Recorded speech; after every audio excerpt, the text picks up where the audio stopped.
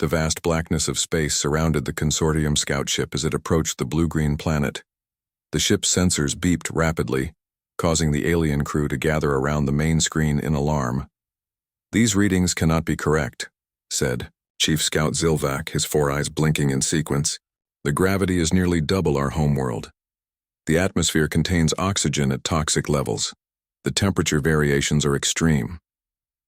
Yet the energy signatures suggest advanced technology," replied Navigator Mupel, her tentacles waving nervously.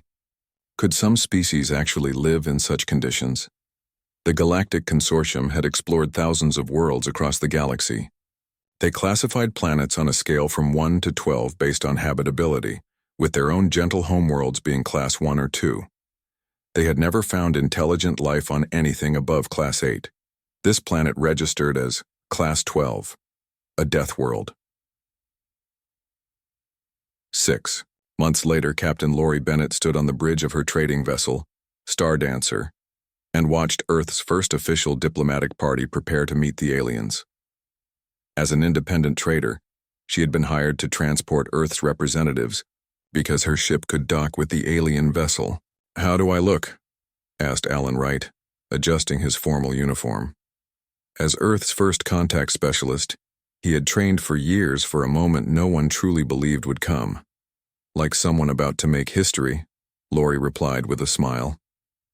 She was tall and strong with short brown hair and eyes that missed nothing. "Just remember what we discussed. These aliens seem extremely cautious around us. Almost afraid." Alan nodded. "The preliminary communications suggest they consider Earth incredibly dangerous. I'll be careful not to make any sudden movements." The airlock cycled, and Earth's 5 representatives entered the neutral meeting zone between the ships. The aliens were already waiting. Lori watched through the video feed as both sides saw each other in person for the first time. The consortium representatives were smaller than humans, with 4 limbs and fragile-looking bodies. They wore what appeared to be pressurized suits and moved slowly in Earth-normal gravity. Ambassador Zillipax stepped forward slightly. Its voice came through the translator devices. "We welcome you, inhabitants of Sol 3. We are surprised to find intelligent life on such a harsh world." Alan smiled gently. "We thank the Galactic Consortium for reaching out to us. We are eager to learn about galactic society and share cultural exchanges." The aliens flinched slightly at Alan's smile, and Lori realized they might interpret the showing of teeth as aggression. She made a note to inform the diplomatic team. "Your world is classified as an extreme environment," continued Zillipax. "Few species could survive your gravity, atmospheric pressure, temperature variations, and oxygen levels. You are remarkable." Commander Greg Pierce, of Earth's Space Defense Initiative, stepped forward. "We find it interesting that you consider Earth harsh. To us, it is simply home." The aliens exchanged glances that seemed nervous even across species barriers. One of them held up a device that projected a holographic display of statistics. "Your bones and muscles are unusually dense. Your cardiovascular system operates at pressures that would rupture most species' tissues. You require oxygen that would be toxic to 70% of spacefaring civilizations," the alien explained. "You are Deathworlders." Lori noticed how the aliens seemed to whisper the last word, as if it were something mysterious and frightening. The meeting continued for hours as both sides exchanged basic information. The consortium representatives revealed they represented over 300 species from across the galaxy, united in peaceful trade and cultural exchange. They offered limited technology sharing and trade opportunities. Alan noticed something important. "You mentioned technology sharing, but I notice you're being selective about what you offer." Zillipax's 4 eyes blinked rapidly. "Some technologies require cultural preparation. We must ensure all species use advanced technology responsibly." Greg frowned. "You mean you don't trust us with your best tech?" "I would not phrase it so directly," replied Zillipax. "But species from harsh worlds sometimes develop aggressive tendencies as survival mechanisms." Before anyone could respond, alarms blared throughout both ships. A consortium aide rushed into the room. 3 unidentified vessels approaching. They do not respond to hails. The main screen showed 3 battered ships moving toward the diplomatic vessels. Weapon systems glowed as they powered up. "Pirates," hissed Zillipax. "Outcasts who prey on diplomatic missions. Our security vessel is on the far side of your moon." Greg immediately activated his communicator. "Earth Defense, we have hostiles. Request immediate support." He turned to the aliens. "We can help defend your ship." The aliens looked shocked. "You have combat capabilities? We are a peaceful delegation." Greg's face hardened. "Earth may be new to galactic society, but we understand threats. Lori, prepare to use Stardancer as defense." Lori's voice came through the speakers. "Already. On it, Commander. Shields at maximum, weapons hot." The pirate vessels opened fire. Energy beams struck the consortium diplomatic ship, causing it to shake. The aliens looked terrified, some falling to the floor in the Earth-normal gravity. Greg helped Zillipax up with one hand, the alien's body weighing almost nothing to him. "We'll protect you." Stardancer moved between the diplomatic vessels and the pirates, its human-designed shields absorbing hits that were penetrating the alien defenses. Lori's voice was calm as she directed her crew. "Target their weapons only. Disable, don't destroy." Earth defense fighters arrived minutes later, small but fast ships that swarmed the pirate vessels. The human ships moved with surprising speed and precision, taking hits that would have crippled the consortium vessels. Within 15 minutes, the pirates retreated, one ship disabled and drifting. When the Earth representatives returned to the diplomatic chamber, they found the consortium aliens staring at them with new expressions. Was it fear? Respect? Both? "You fought to protect us," said Zillipax slowly. "And you specifically avoided destroying your enemies when you could have." Alan smiled diplomatically. "Of course, they were a threat, but unnecessary death serves no purpose." "You move so quickly," another alien commented. "Your reaction times, your decision-making, even the way you lifted Ambassador Zillipax with one hand beyond our world, you would be considered almost supernatural beings." Greg looked uncomfortable. "We're just humans. Nothing special from our perspective." Zillipax's translator conveyed a sound like nervous laughter. "Nothing special? You casually survive conditions that would kill most species instantly. You treat gravity that would crush others as normal. You breathe poison and drink acid. And you fight with remarkable efficiency." The alien paused. "The consortium has much to reconsider regarding Earth's position in galactic affairs." As the meeting concluded and Earth's representatives returned to their ship, Lori met them at the airlock. "Well?" she asked. "How did it go after the excitement?" Alan looked thoughtful. "They're afraid of us. They called us Deathworlders like it was some kind of legendary monster. And I think they're reconsidering how much technology to share with us." "Because they're afraid we'll use it against them?" asked Lori. Greg shook his head. "No. Because they just realized how dangerous we might be if someone else uses technology against us.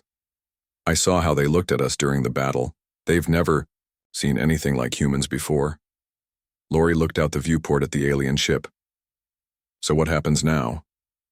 "Now," said Alan with a slight smile, "we begin negotiations with a species that thinks we're practically invincible.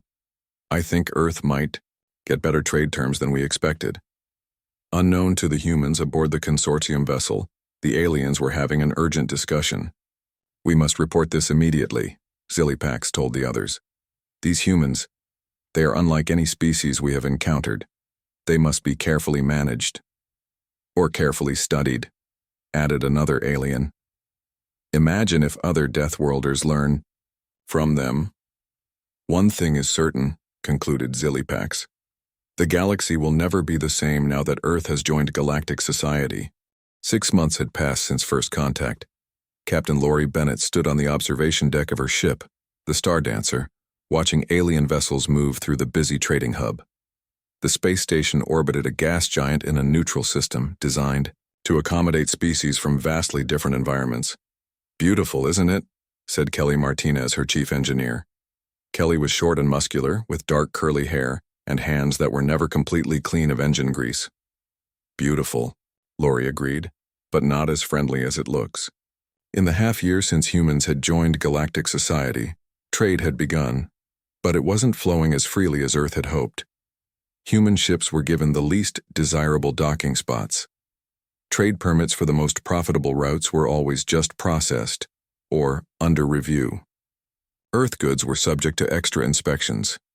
"Captain, we've got a problem," said Frank Williams as he joined them. As security chief, the tall, broad-shouldered man rarely brought good news. "Our request to trade with the Palaxis system was denied. Again." Lori frowned. "That's the third time. Did they give a reason?" "Same as before. Concerns about biological contamination from a Deathworld species." Frank's voice was tight with anger. "It's discrimination, plain and simple." "It's more than that," Lori said quietly. "I'm starting to think there's a pattern here. Let's meet in my cabin in an hour. Bring anything you've heard about other human trade ships." Later, in Lori's cabin, the three humans reviewed reports from Earth vessels across consortium space. "Every human ship is reporting the same issues," said Frank, pointing to his datapad. "Delays, extra fees, restricted access." Kelly nodded. "And have you noticed how some alien traders seem almost afraid to do business with us? Yesterday I was buying parts when another trader literally backed away when he heard I was from Earth." "Something's happening," Lori said. "The consortium is friendly to our faces but seems to be working against us behind the scenes." A soft chime interrupted them. "Captain," said the ship's computer, "a consortium official requests permission to come aboard." Trade Minister Gu Zalp. The three humans exchanged looks. "Perfect timing," said Lori. "Let's see what the minister has to say." Trade Minister Gu Zalp was a tall, thin alien with pale blue skin and 4 arms. Like all consortium officials, he wore an environmental suit when meeting with humans, though tests had proven human environments weren't actually harmful to most species. "Captain Bennett," the minister said with a slight bow, "I came to personally explain the delay with your trading permits." "I appreciate that," Lori replied, offering the alien a seat designed for his physiology. "We've noticed many such delays lately." "Mere bureaucracy," Gu Zalp assured her. "The consortium has many rules to ensure safe and fair trade. Yet ships from other worlds don't seem to face the same scrutiny," Frank pointed out. The minister's large eyes blinked rapidly. "Earth is unique, a Class 12 world. There are concerns." "What kind of concerns?" asked Lori.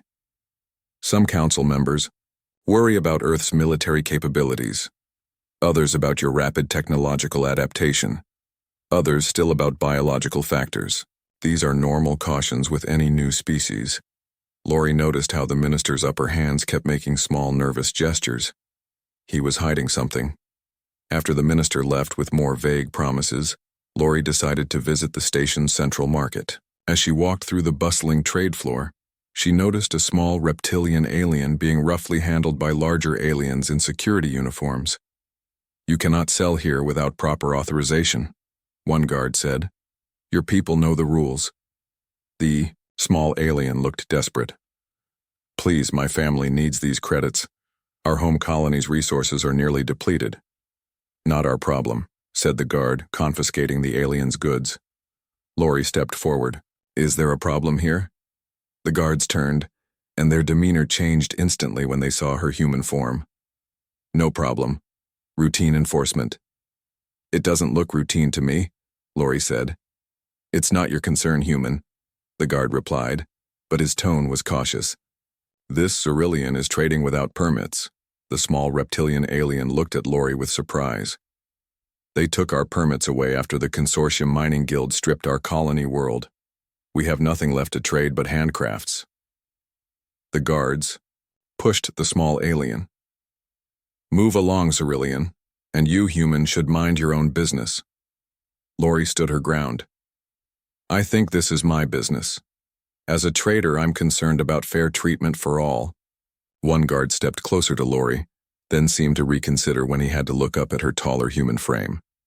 Stories about human strength had spread quickly. "Fine," he said. tossing a small box of items back to the Exarillion. Take your trinkets, and go. Not worth the paperwork. As the guards left, the small alien looked up at Lori. Thank you. Few would interfere on behalf of a Xerillian. Why are they treating you this way? Lori asked. My name is Zeftar, the alien said quietly, and there is much you should know about the consortium. Can we speak somewhere private?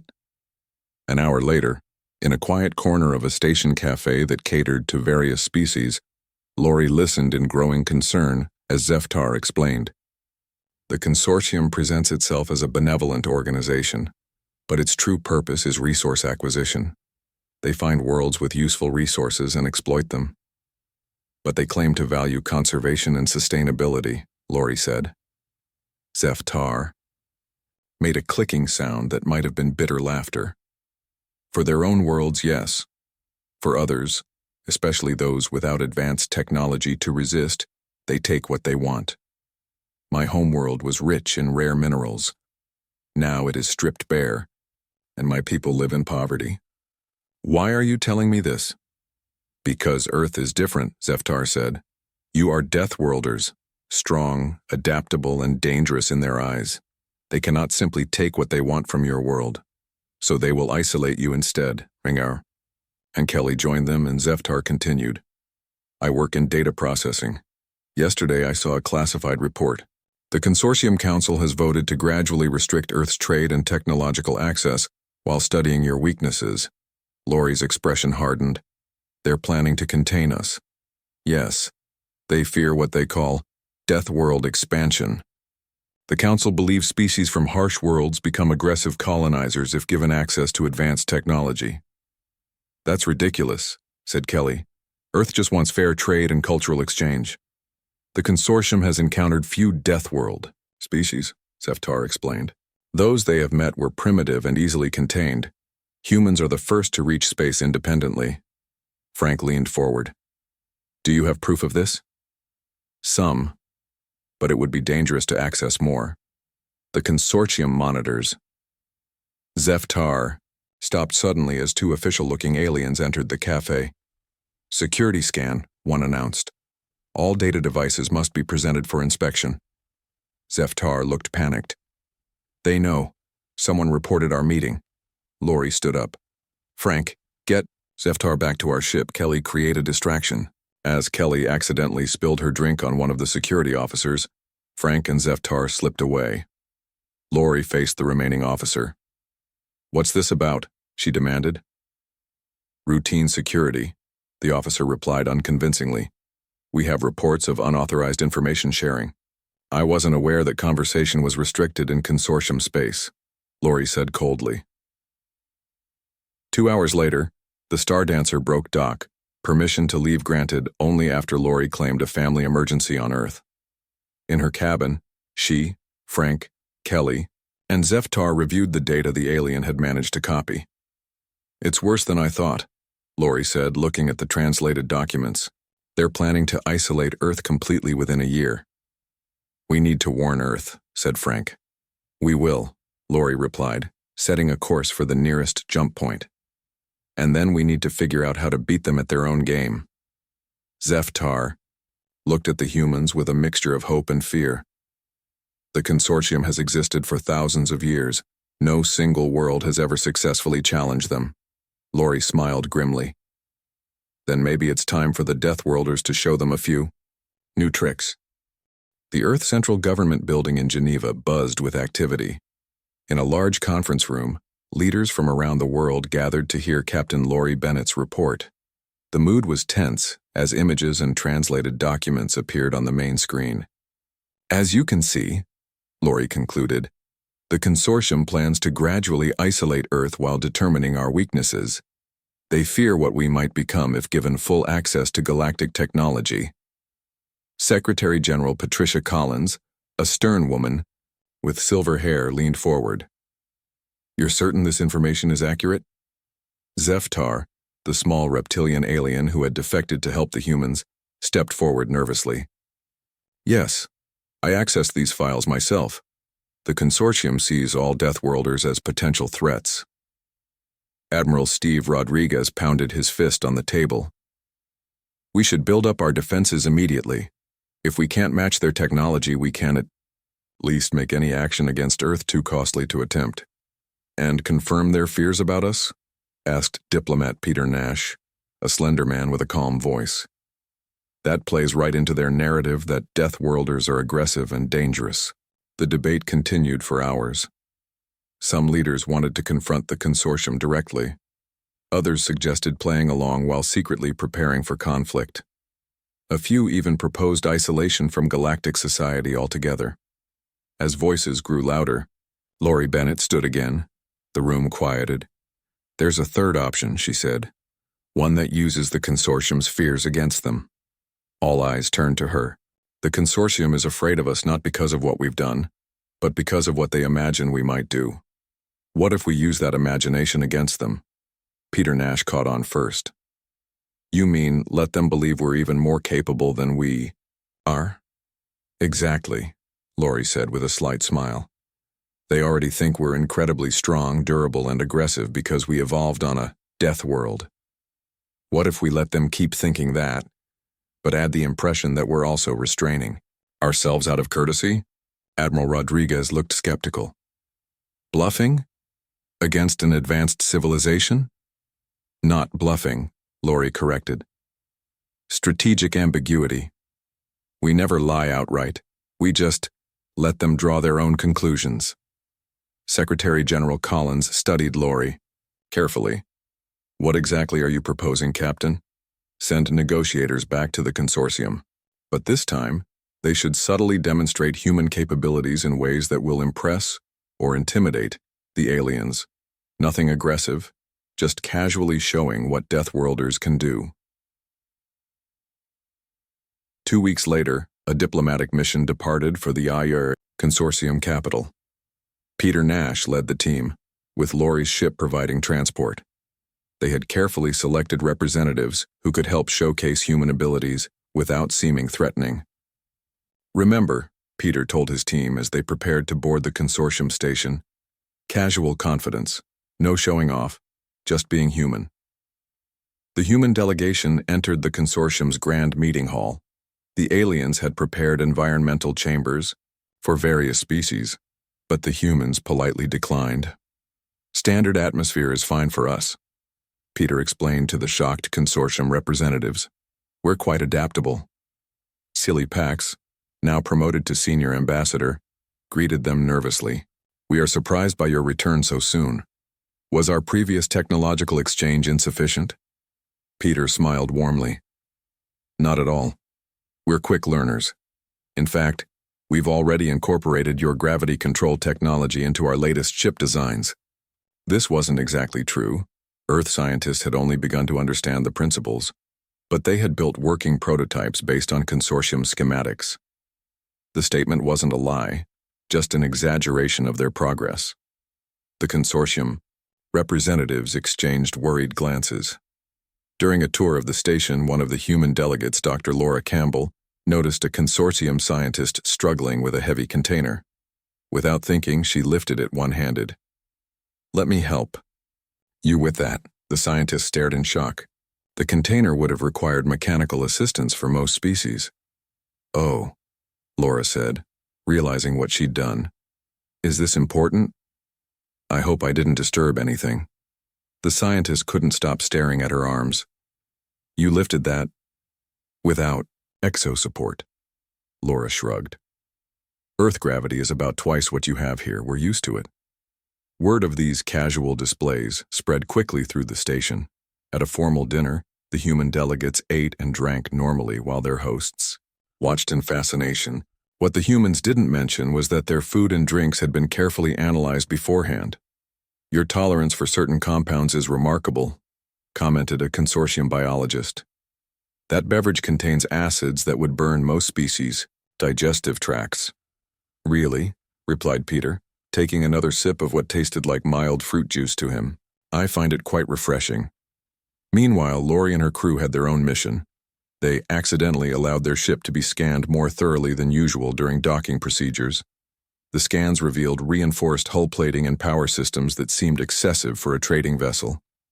In reality, these were normal features for ships operating in Earth's heavy gravity, but to the consortium, they suggested military capability. When questioned, Frank Williams shrugged it off. Standard Earth construction. Our environment can be challenging. On the third day, Peter met privately with the Consortium Trade Council. We understand there have been concerns about Earth's integration into galactic society, he said calmly. Senior Minister Vulak shifted uncomfortably. Mere procedural cautions. Nothing personal, I assure you. Peter nodded. Of course. Earth understands caution. We practice it ourselves. For instance, we could have developed antimatter weapons decades ago, but chose not to for safety reasons. This was technically true. Earth physicists had theorized such weapons but never built them due to the dangers and technical challenges. You restrained your weapons development? Asked Vulak, surprise evident in his voice. Naturally, Peter replied. Just as we hope the consortium practices restraint in its policies toward Earth. The message was subtle but clear. Humans could be dangerous if provoked, but chose peaceful cooperation instead. As negotiations continued, Peter skillfully guided discussions toward technological exchange. We've made significant progress understanding your FTL drive principles, he mentioned casually. Though we've encountered some interesting challenges with the spatial folding equations. This was a carefully calculated statement. Earth scientists had indeed struggled with those equations, something they should not have been able to even approach understanding yet, according to consortium expectations. The statement made it seem like humans were advancing much faster than anticipated. Perhaps, offered Vulak cautiously, we could provide some additional technical assistance in that area. That would be most appreciated, Peter replied. In exchange, we could share some of our advancements in materials science. Our environment has led us to develop some rather unique solutions. Back on the Stardancer, Lori received updates from Earth. Other human ships throughout consortium space were following similar strategies, casually demonstrating unusual strength, endurance, or problem-solving abilities that reinforced the Deathworlder image while maintaining a friendly demeanor. Rumors began spreading through consortium space about these humans and their capabilities. Some stories were exaggerated, claiming humans could survive in vacuum for short periods or bend metal with their bare hands. The human delegations never confirmed these rumors, but they didn't deny them either. After a week of negotiations, the Consortium Council agreed to revise several policies regarding Earth. Trade restrictions were eased, and technological exchange programs were expanded. As the human delegation prepared to depart, Zillipax approached Peter. You are not what we expected, the alien admitted. In what way? Asked Peter innocently. Most species would have reacted with anger at being carefully managed. Yet you responded with diplomacy and cooperation. Peter smiled. Humans understand the value of patience, and we look forward to a long, peaceful relationship with the consortium. As Lori's ship departed, she received a private message from Secretary General Collins. First phase successful. The Deathworlders have shown they can be clever as well as strong. Prepare for phase 2. 3 months after the successful negotiations, Lori Bennett found herself on a strange mission. The Stardancer moved quietly through a remote sector of space, far from main trade routes. Her ship's identification had been temporarily altered to appear as a routine survey vessel. Are you sure about these coordinates? Lori asked, looking at the star map. Beside her, Ambassador Joan Campbell nodded. The ambassador was a serious woman with dark skin and keen eyes that missed nothing. According to Zeftar's intelligence, this is where we'll find them. Them referred to another species the consortium had labeled as Deathworlders, the reptilian Krath. Like humans, they had evolved on a high-gravity, high-oxygen world that most galactic species found hostile. Sensors detecting a small settlement on the third moon, reported Frank Williams from his security station. Minimal technology, could be a mining outpost, or a forced labor camp, said Joan grimly. The consortium keeps Deathworld species separated to prevent cooperation. Lori guided the ship toward the moon. As they approached, a crude defense system activated, firing warning shots across their path. Hold position, Lori ordered. Open communications, all frequencies. Attention, unknown vessel, came a harsh reptilian voice. This is Krath territory. Leave immediately or be destroyed. Joan leaned toward the communications panel. Krath, settlement, we are from Earth. We come seeking alliance, not conflict. Silence followed, then. Earth? The new Deathworlders? Prove your identity. Joan looked at Lori, who nodded. We evolved on a world with twice standard galactic gravity. Oxygen levels that most species find toxic. Like you, the consortium fears our potential. Another pause. Land at these coordinates. Come unarmed or don't come at all. 2 hours later, Lori, Joan, and military advisor Doug Wilson stood in a rough-hewn chamber carved from the moon's rock. Doug was a compact, muscular man with a soldier's watchful eyes. Before them stood Chieftain Sistak, a massive reptilian being with scaled skin and powerful limbs. So, the Krath leader hissed, Earth finally joins the galactic community, only to discover it's not as welcoming as promised. Joan nodded. The consortium has been selective about what they share with us. Sistak made a sound that might have been laughter. They fear us, all of us from the heavy worlds. The Krath have been space-capable for 200 years, yet the consortium restricts us to mining colonies and military service. Military service? Doug asked, his interest piqued. Our strength makes us useful as mercenaries, Sistak explained. But they keep our numbers small and our technology limited. We are tools, not partners. Joan leaned forward. What if we could change that? Earth is building a new relationship with the consortium based on mutual respect, not fear. Istak's yellow eyes narrowed. How? The consortium has controlled galactic politics for millennia. Through cleverness, Lori said simply. They expect Deathworlders to be strong but simple, direct, aggressive. We're showing them something different. Over the next few hours, the humans explained their strategy. The Krath were skeptical but intrigued. There are others like us, Sistak revealed eventually. The amphibious Volga and the insectoid Zell. Both evolved on worlds the consortium considers hostile. Are they nearby? Joan asked. The Volga colony is 2 systems away. The Zell maintain a research outpost in the Nebula sector. Both struggle under consortium restrictions. Joan's eyes lit with excitement. Then we should meet them too. Imagine what we could accomplish together. In the following weeks, Earthships made secret contact with both the Volga and the Zell. Each species had developed unique strengths from their harsh homeworlds. The Volga with their remarkable biotechnology, the Zell with their mathematical precision and engineering skills. On a neutral moon, representatives from all 4 Deathworld species gathered. Elder Glubok of the Volga, a blue-skinned amphibian with webbed hands, spoke first. For centuries, the consortium has kept us separate, feeding us half-truths about each other. They told us humans were violent conquerors to be feared.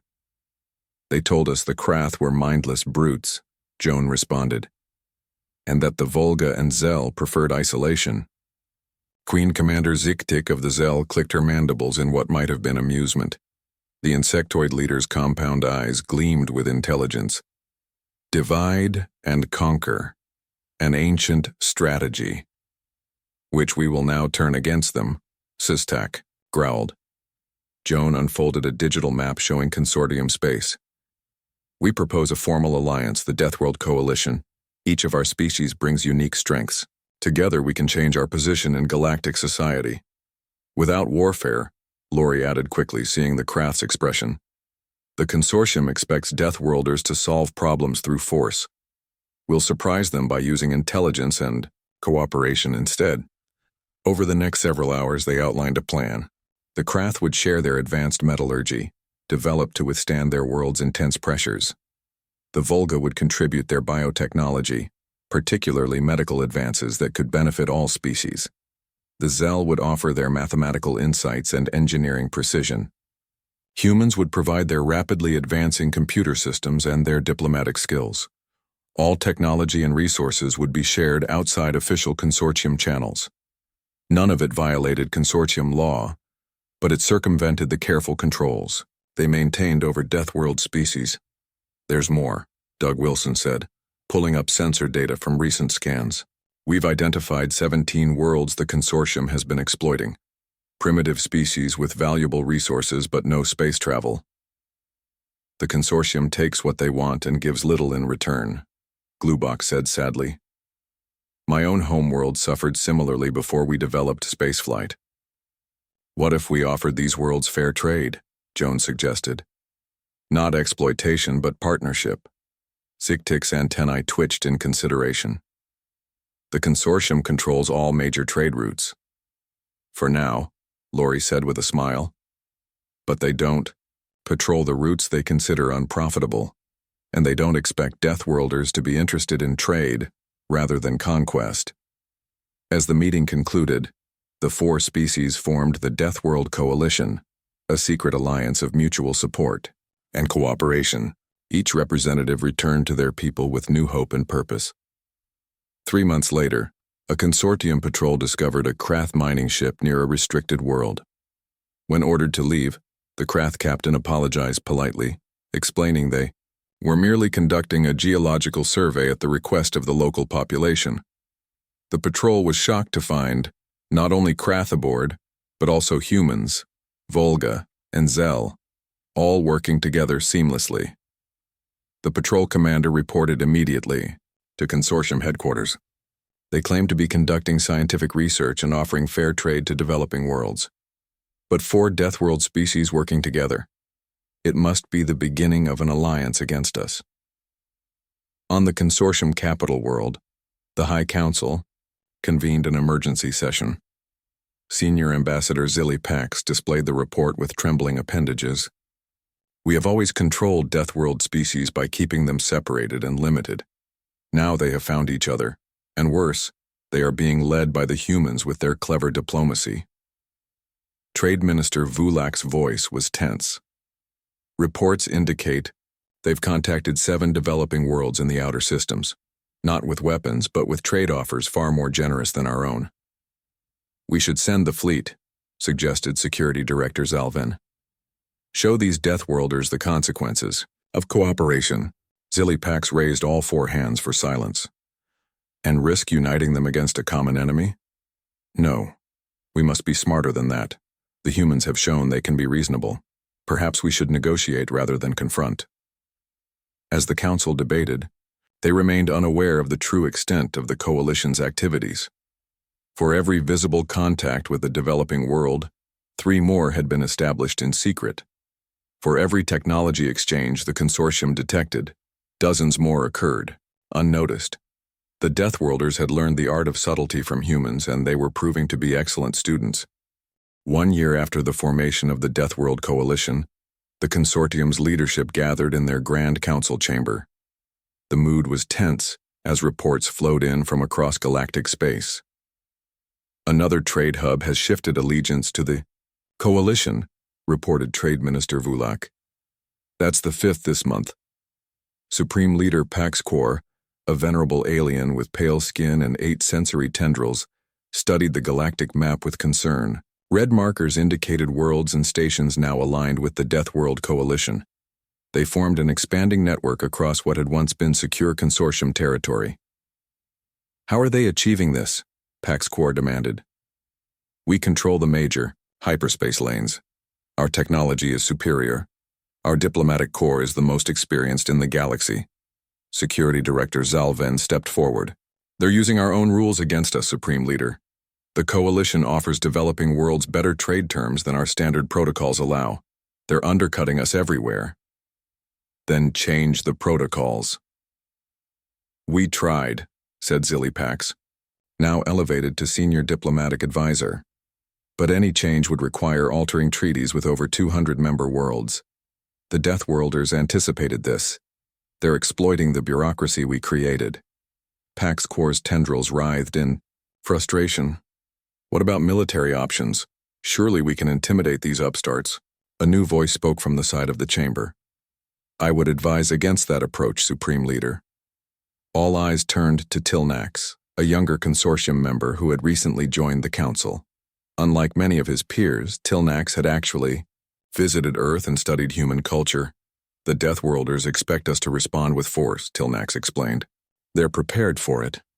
The humans have been especially clever in positioning coalition assets. On the command ship of the consortium's third fleet, Admiral Juvan reviewed the deployment orders with growing unease. The fleet had been tasked with conducting military exercises near a coalition trade hub, a show of force meant to intimidate. Coming out of hyperspace in 3 minutes, Admiral, reported his navigation officer. Maintain alert status, the Admiral ordered. Remember, this is a demonstration only, no provocative actions. As the fleet of 20 ships emerged from hyperspace, sensors immediately detected unusual activity. Sir, multiple vessels detected throughout the system. The Admiral studied the tactical display with shock. Dozens of ships bearing the markings of all 4 Deathworld species moved in precise formation. They weren't concentrated in defensive positions as expected, but spread throughout the system. What are they doing? The Admiral demanded. His tactical officer looked confused. Sir, they appear to be conducting rescue operations. Indeed, the coalition ships weren't moving into battle positions. Instead, they were evacuating civilians from a mining moon experiencing severe seismic activity. Activity the consortium had been aware of, but had deemed economically inefficient to address. Sir, we're receiving a transmission from the coalition command ship. On the screen appeared Maria Vasquez, the human fleet commander of the coalition forces. Her expression was calm and professional. Consortium fleet, welcome to the Palaxis system. As you can see, we're currently managing an emergency evacuation. If you're here to assist, we welcome your help. If not, please maintain safe distance from rescue operations. The Admiral was speechless.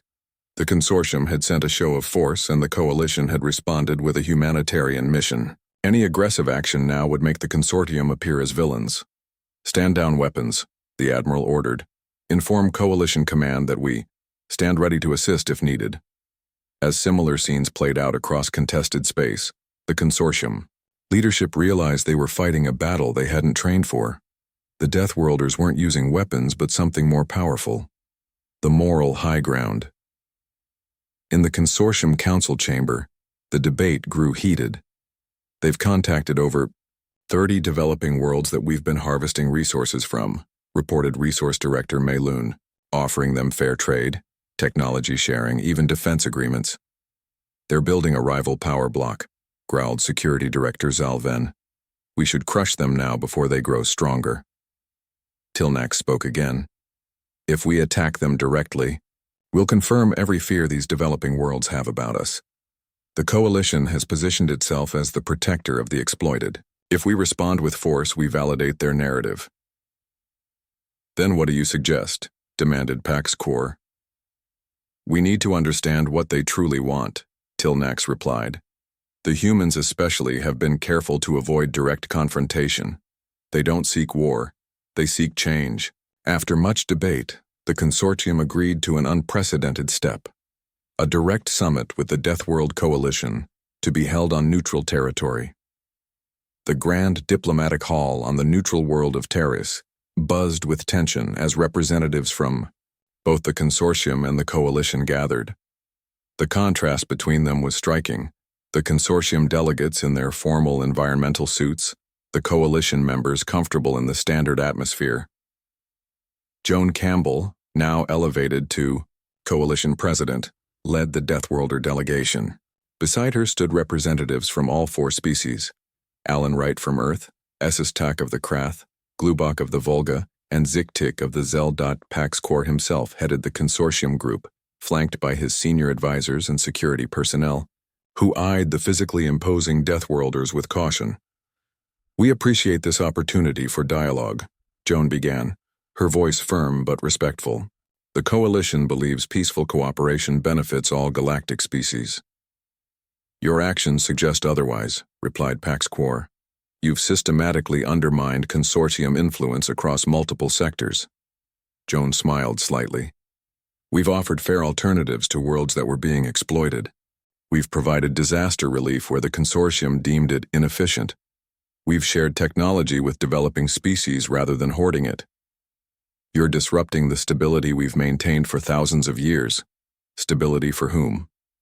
Asked Alan Wright. For the core consortium worlds, certainly, but not for the outer worlds you mine for resources.